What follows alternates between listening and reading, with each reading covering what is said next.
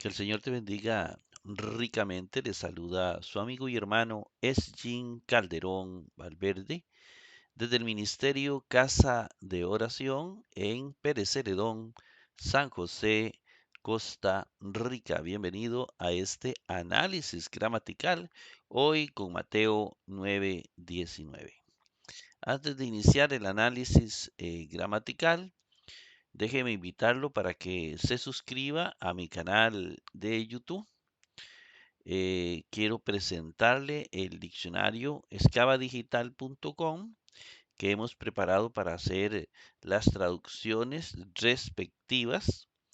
También quiero invitarte para que nos ayudes a evangelizar compartiendo este video en tus redes sociales. Dice la palabra de Dios, mi pueblo perece por falta de conocimiento, Oseas 4:6. Los objetivos de este programa se esbozan en las preguntas que aparecen en la parte principal de la pantalla. La número 1 pretende responder a la pregunta ¿qué dice el texto? ¿Qué dice el texto? Nos referimos a qué dicen los manuscritos más antiguos que tenemos. Los manuscritos, mientras más antiguos, son más confiables, tienen mayor grado de confiabilidad, según dicen los eruditos, y obviamente que sí, porque se acercan más a el tiempo en que fueron escritos los mismos. Y tratamos de hacer una traducción lo más apegados a la literalidad posible, sin hacer todavía interpretaciones de la misma, sino sencillamente se presenta el texto, una parte exegética, para que el hermeneuta pueda trabajar sobre eso. Usaremos los trabajos realizados por Nestle y Alan, que son muy buenos. De hecho, vamos a hacer una comparación con los manuscritos más antiguos para que usted mismo corrobore que los textos corresponden eh, con la realidad y no hay un texto mutilado. El segundo objetivo es hermenéutico, ya, ¿qué quiere decir el texto bíblico?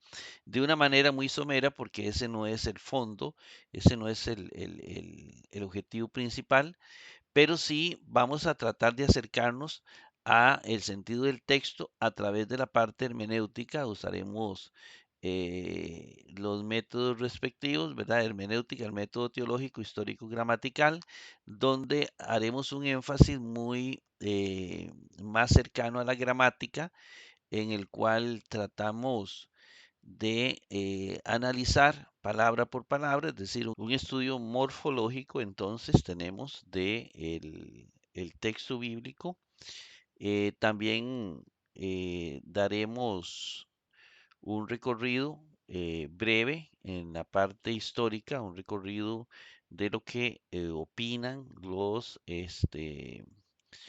eruditos, los especialistas sobre lo que es el texto bíblico que estamos analizando. Es decir, comentando lo que nos dice, por ejemplo, Robertson, lo que nos dice la Reina Valera, lo que nos dice la Biblia de Jerusalén, eh, y otros elementos que son consultados. Luego, el tercer objetivo es qué me dice el texto bíblico, la parte teológica. Esta parte teológica tiene que ver con la teología que vemos en el texto. Es decir, la teología bíblica es una teología que te lleva a una práctica religiosa, al amor. Entonces, no queremos alejarnos de lo más importante de la teología, que es la vivencia del amor. Toda la teología cristiana, todo lo que Jesucristo nos transmite, es una teología para llevarnos a vivir el Evangelio, al amor. No solo incrementar nuestros conocimientos teológicos, sino para qué yo conozco, para vivir. Entonces, ¿qué me dice, qué me enseña para vivir a mí? Hemos grabado los videos en muchas páginas de internet. Yo lo insto para que escriba mi nombre, es Jim Calderón Valverde en Google y vea esas páginas, vea unos canales de Facebook que tenemos que nos pueden ayudar mucho para crecer en la vida espiritual. Vamos a Mateo 9:19 que estamos hablando de la resurrección de una joven, ¿verdad? Y tenemos el caso del texto paralelo en Marcos 5:24, Lucas 8:42, que también los insto para que los comparen ya con más tiempo. Literalmente el texto dice, y siendo levantado, eso es un participio, y siendo levantado el Jesús, ¿verdad? Nosotros no usamos artículos para los nombres de personas y de países, pero en el griego sí, lo hemos dejado para efectos de estudio. Siendo levantado el Jesús, siguió a él, ¿verdad? Siguió a él. Se refiere a que Jesús siguió a el líder judío, lo siguió para visitar la casa donde estaba la niña enferma o muerta, ¿verdad? Dice, y los aprendices de él, es decir, que los discípulos de él también siguieron a Jesús para seguir al líder, para ir a donde los estaban llamando. La Reina Valera dice que Jesús se levantó y lo siguió con sus discípulos. La Biblia de Jerusalén dice Jesús se levantó y le siguió junto con sus discípulos. Vamos un momentito al interlineal y aquí vamos a ver brevemente este interlineal que no trae grandes problemas, que y una conjunción, ¿verdad? Que sirve para unir textos. Ejertis, siendo levantado, ¿verdad? Siendo levantado, o Jesús, el Jesús, ¿verdad? Este es el participio que funciona como un atributo o funciona como un adjetivo de Jesús. Y colúticen siguió, el verbo en auristo, aftó a él, siguió a él. Es decir, Jesús siguió al líder que lo vino a invitar para que hiciera la sanidad. Que otra conjunción, y macité, los aprendices aftú de él. Es decir, también los aprendices de él lo siguieron. Que podría ser traducido como conjunción o como adverbio. Sin más preámbulos, no hay comentarios ni de la Reina Valera, ni de la Jerusalén, ni de Robertson sobre este versículo. Tampoco Roberto Ana se manifiesta con ninguno de estos textos que hablen sobre este texto concreto. Vamos a ir al códice sinaítico para verificar el trabajo realizado de Nestle y Alan, si corresponden o no corresponden con los manuscritos más antiguos. El manuscrito más antiguo de este texto es el Códice Sinaítico del siglo IV después de Cristo. Dice que, ese que lo encontramos aquí, vea que está exacto. Ejertis, aquí está, ejertis, exacto. O Isus, o Isus viene con la primera letra, la iota, y la última letra, la sigma, que en ese entonces se escribía como una C mayúscula, y viene este signo que significa que está abreviado, ¿verdad? ¿Por qué se abreviaban ciertos nombres importantes? Porque estamos escribiendo en pergamino, que era un material de cuero de animales muy caro, y entonces se busca abreviar lo más posible el texto. Y coluticen, aquí vamos a ver que se me corrió, y co, lu, ti, aquí hay una pequeña variante, y colu, ti, ¿verdad? Aquí es una ita o una eta, como usted quiera decirle, mientras que aquí viene una epsilon y una iota. ¿Qué significa? ¿Qué significa? Bueno, significan dos cosas. Primero, que esto se pronunciaba como i y esto se pronuncia como i. En algunos textos vamos a encontrar esto y ya se ha deducido que es una i. Entonces quiere decir que en los tiempos de Jesús es posible que esto se leyera i, y colú, y colú, y colú, ti, ¿verdad? Ti, y coluticen. Entonces, pero sí, y también indica que hay una persona dictando el manuscrito. Aftó, aquí está. Que, otra vez que. Y, masité. Y el artículo, masi, masité, aftu, aftu. Estamos con un manuscrito totalmente apegado a digo, con una traducción, una copia, perdón, totalmente apegada a los manuscritos más antiguos. Vamos a ver el Códice Vaticano, el del siglo IV también, que ejertís, este sí está totalmente exacto. Se escribieron las letras más pequeñitas por lo mismo, ¿verdad? Por el asunto del pergamino. O y sus, o y sus, otra vez aquí viene abreviado la primera letra, la iota y la sigma. Y coluticen, y aquí sí viene ti bien, aquí sí viene ti correctamente, ¿verdad? Y coluti, sen, afto,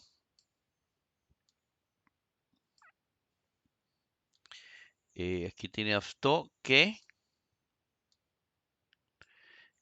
y masité, y masité, y viene aftu. Bueno, podemos confiar que este texto está totalmente apegado a los manuscritos más antiguos.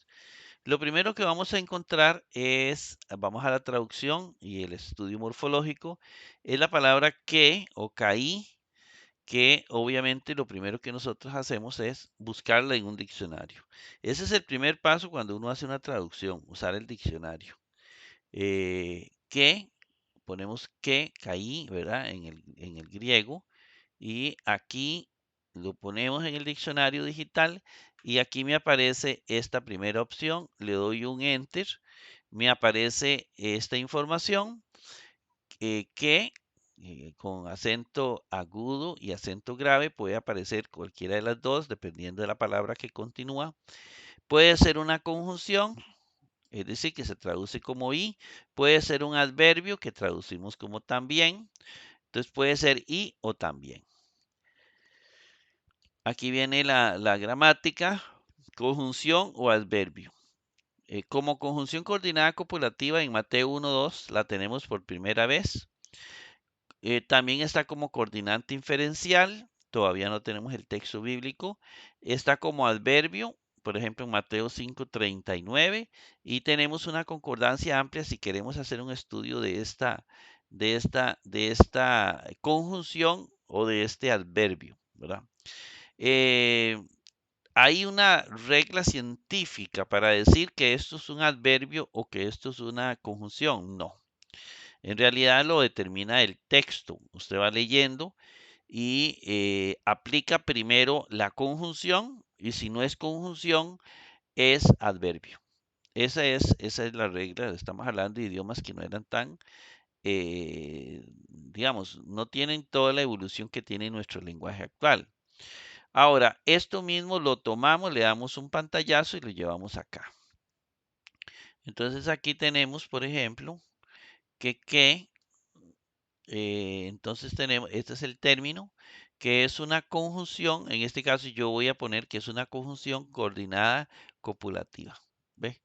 Que es una conjunción, es decir, esa es la situación de ella, es dentro de la oración, ¿verdad? Dentro de la oración, ella es una conjunción, ¿verdad? Entonces son los diferentes elementos de la oración y que es una conjunción coordinada copulativa, es decir, copulativa es que une dos oraciones y entonces se traduce como y, ¿verdad?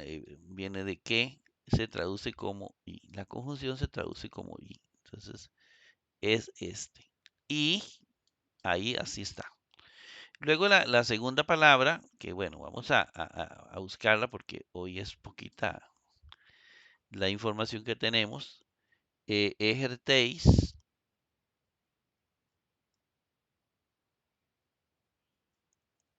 Aquí la tenemos abajo, ejertéis, ¿la ven? Ejertéis, este,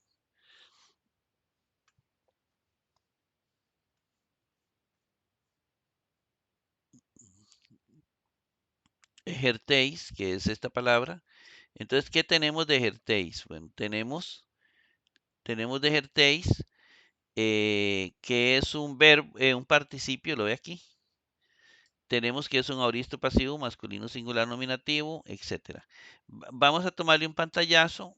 Esta es la concordancia donde aparece esta palabra en el Nuevo Testamento y vamos a traerla para acá. Es esta. Entonces la palabra es esta. Igual puede venir con acento agudo como este o acento grave como este, pero es la misma palabra. Ejerciz o ejercis, ¿verdad? Es, es un participio, como lo dijimos. Si es un participio, pues tiene una estructura como la que viene aquí en la parte inferior, donde viene, es un verbo, el participio es un verbo que tiene una parte verbal y una parte adjetival. Viene a ser como un atributo de un sustantivo y va a asumir la forma del sustantivo que está, podríamos decir, del que está hablando. Se puede hablar así, de una manera muy, no muy enfática, que tiene una persona que realiza una acción. Eso no es una acción, ¿verdad? Propiamente, pero sí hay alguien que la realiza y un sustantivo al cual se va a adecuar totalmente en su forma. Entonces, por ejemplo, este participio, levantando o siendo levantado, como yo lo voy a traducir acá, ¿verdad? Siendo levantado, eh, y él levantó también puede ser, ¿verdad? Pero siendo levantado, bueno, viene del verbo giro, ¿verdad? A la hora de buscar el participio de giro, que es levantar, y que propiamente aquí este ejercicio viene a ser siendo levantado. Este asume la posición del sustantivo. Entonces, por ejemplo, ejercicio dice que es un masculino singular nominativo. Masculino singular nominativo. Es este, ¿lo ven? Ejercicio. Y aparece en el texto sin artículo, pero hay un sustantivo que es este o y sus. Siendo levantado, ¿quién? Digamos, le podemos hacer la pregunta, ¿quién? ¿Quién es quién realiza esta acción? ¿Quién fue levantado? Fue levantado el Jesús. Entonces, esto es un participio que funciona como un adjetivo de Jesús. Como Jesús es masculino singular nominativo, entonces este participio va a ser masculino singular nominativo. Él se va a adecuar en lo que es género, número y caso exactamente con el sustantivo al cual está representando, ¿verdad? Y obviamente el sustantivo y el artículo también coinciden con género, número y caso. Entonces, los tres son iguales porque funciona como una especie de adjetivo. No sé si lo vieron que está fácil, ¿verdad? Y se va a traducir, en todos los casos, se va a traducir siendo levantado. En todos los casos, todas las formas que asuma, siendo levantado. Solo si es plural, siendo levantados, ¿verdad? Si es plural. Pero entonces aquí está la traducción. Siendo levantado, ejercicio. Y ya vamos a ver quién es el que es siendo levantado. Aparece o y sus. El artículo y el sustantivo, que van a coincidir en género, número y caso. Y el participio, que ya lo vimos, que es como el adjetivo del sustantivo, es atributivo del sustantivo, va a coincidir con exactamente la misma situación gramatical de este término.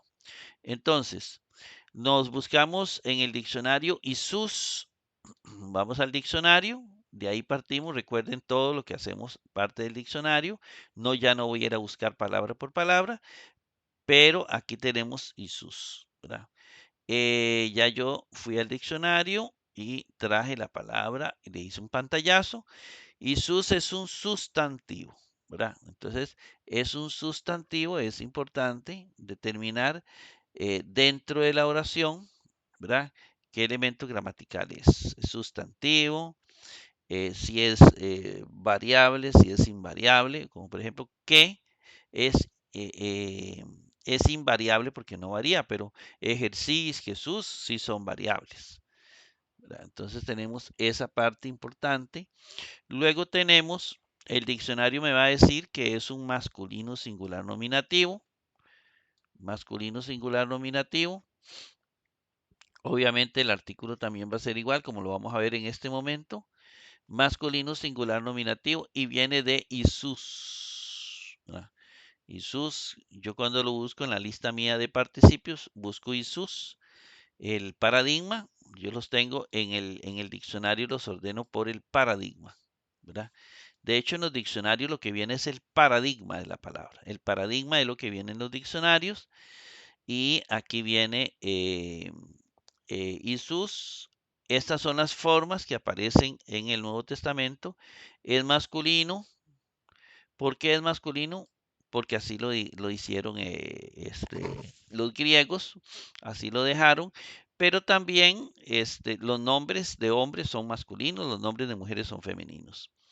Es singular, no aparece plurales de este nombre, como por ejemplo Jerusalén sí tiene plurales, pero el nombre de Jesús no tiene plurales en el Nuevo Testamento, solo singulares, y el término dice masculino, singular, nominativo. Es decir, masculino, singular, nominativo. Nominativo es el caso. Cuando llegamos a un nominativo, casi estamos diciendo que esto es el sujeto de la oración. Y aparecen los dos, o y sus, lo ve, el artículo y el sustantivo. Este sujeto de oración, es decir, los sujetos de oración, los nominativos, no tienen preposiciones, como si lo va a tener el genitivo, el dativo, el acusativo, ¿verdad? El vocativo tampoco tiene. Entonces el genitivo sí tiene la preposición de, desde, el dativo va a tener la preposición en, con, por, a, para. El acusativo sí tiene la preposición a o alguna que le dé el texto. Bien, entonces sujeto de oración y significa el Jesús. Este es el sujeto de la oración. Eh, Luego tenemos, si nosotros tomáramos este texto, tomaríamos ejercicio como verbo, que sería el o Jesús, vendría a ser el sujeto de la oración y ejercicio vendría a ser el predicado de la oración, ¿verdad?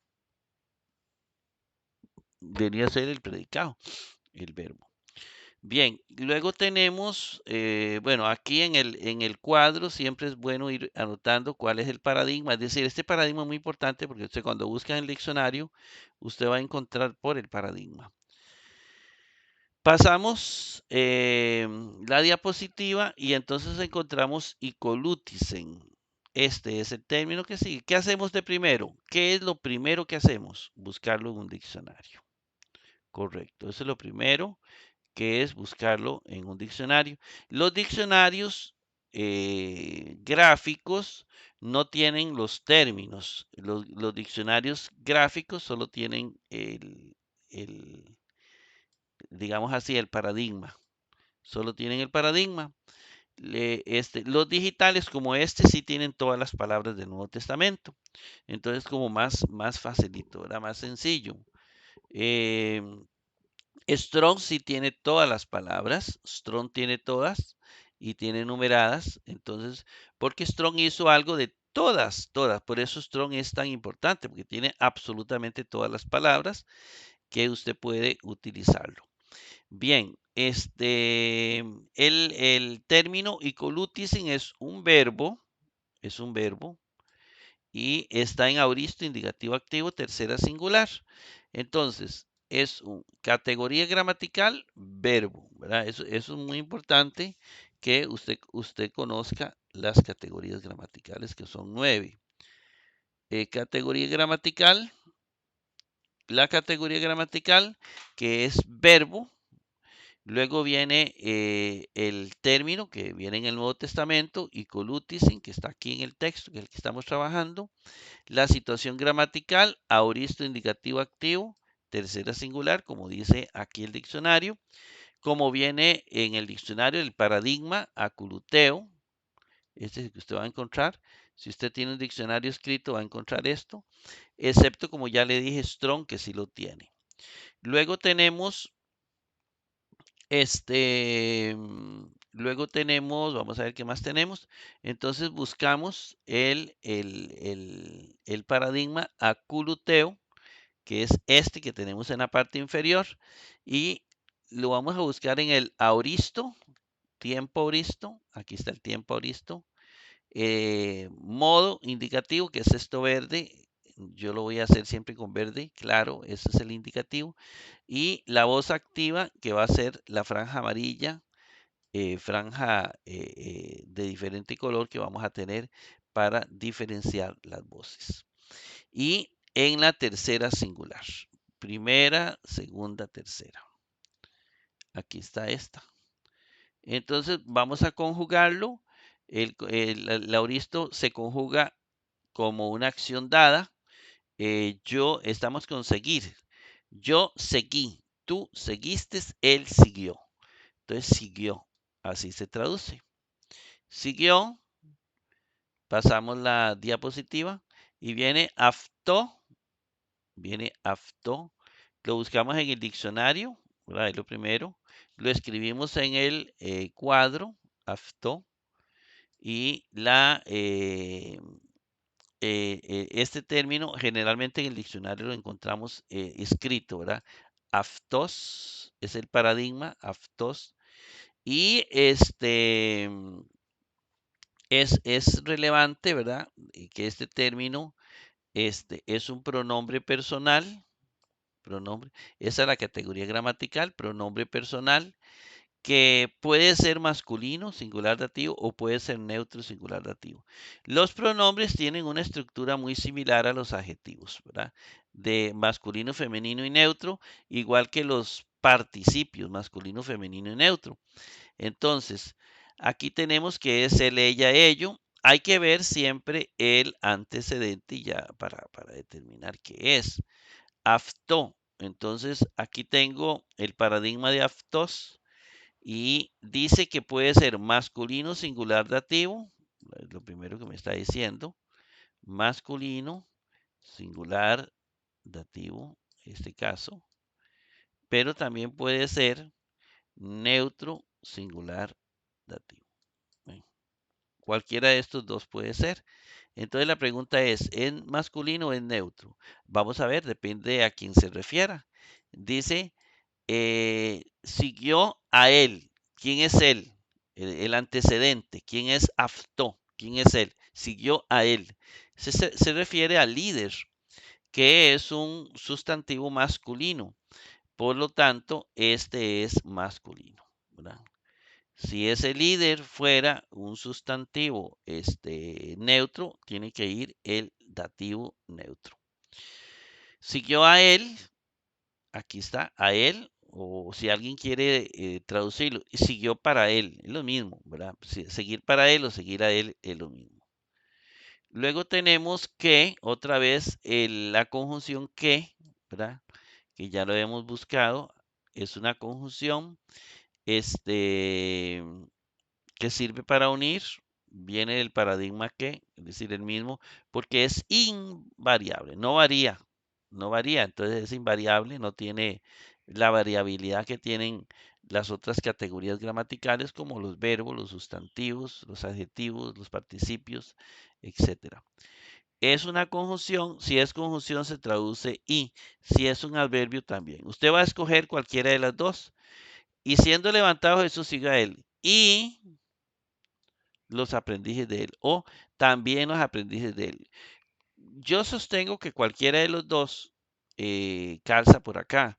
Si alguien traduce también los aprendices de él, pues calza. El texto no está siendo violentado en lo más mínimo, ¿verdad? No está siendo violentado. Entonces, en el cuadro vamos a escribir y, ¿verdad? Vamos a traducir como y. Bueno, ya dijimos que es una conjunción, no es un adverbio, conjunción. Esa es la categoría gramatical que estamos eligiendo. Por eso dejamos in. Y luego tenemos y más ité. Y más ité, y más ité, que lo escribimos en el cuadro para hacer la primera acción. ¿Cuál es la primera acción? Buscarlo en el diccionario. Más ité, aquí está, ese es el término. ¿Cuál es el término raíz o el paradigma? No raíz, sino el paradigma. El paradigma es masitis u o masitis, que esto es lo que viene en los diccionarios impresos, excepto, está bien. Entonces, pero en la mayoría de diccionarios impresos no va a encontrar usted masité, todas las declinaciones de masitis, ¿verdad? Esto es lo que yo busco, lo que yo tengo en los diccionarios, masitis, y ya encuentro esto. En el diccionario digital, el que estamos usando aquí, pues sí, tiene todas las palabras, igual que Strong, ¿verdad? Tiene absolutamente todas las palabras. Entonces tenemos que es un sustantivo, excelente, ¿verdad? Es un sustantivo. Dice el diccionario masculino plural nominativo. Ya dijimos que el paradigma, de donde viene, ¿verdad? Viene de masitis. Por lo tanto, y lo vamos a traducir discípulo o aprendiz, ¿verdad? Aprendiz para que se relacione con la acción de aprender, que también es de la misma familia lingüística. Entonces, dice que masitis es masculino, plural, nominativo. Es decir, es este. Es sujeto de oración. ¿Por qué es nominativo? Los aprendices, los discípulos. Los aprendices de él, ¿verdad? Podríamos tomar esta oración de aquí para hacerle la sintaxis y el verbo es siguió a él. ¿Quién? Jesús. Jesús siguió a él, pero los aprendices también siguieron a él. Entonces, Jesús y los aprendices vienen a ser sujeto de oración, ¿verdad? Masité, que por eso nosotros ponemos los aprendices. Y el artículo concuerda con el sustantivo. Luego tenemos aftu. Igual lo escribimos en el cuadro. Y vemos a ver cuál es la categoría gramatical, ¿verdad? Y la categoría es pronombre personal. Entonces, pronombre personal puede ser masculino singular genitivo o neutro singular genitivo, dependiendo del antecedente. El paradigma es aftos. Como ya le dije, en los diccionarios impresos, esto es lo que va a encontrar, el paradigma. Entonces, viene de aftos, es el que yo busco acá. Como los adjetivos, los participios, viene con género, el género masculino, femenino y neutro. Y puede ser masculino, femenino y neutro dependiendo de la palabra que está, digamos, la palabra antecedente. Ahora, es masculino, singular genitivo, masculino, singular genitivo, puede ser esta, ve que es la misma, pero también puede ser neutra, singular genitivo. ¿Cómo yo sé qué es, si es masculino o neutro? Por el antecedente. ¿Quién es Aftu? ¿Quién es él? Dice, también y los discípulos de él. ¿Quién es de él? Es Jesús, ¿verdad? Los discípulos de él, de Jesús. Y Jesús es masculino, por ejemplo, por lo menos, por lo tanto, Aftú es masculino. ¿Cómo lo pusimos acá? Masculino singular genitivo. Y ahí termina, mis queridos hermanos, el análisis de este versículo. Que el Señor me lo bendiga ricamente y nos vemos en el 9:20.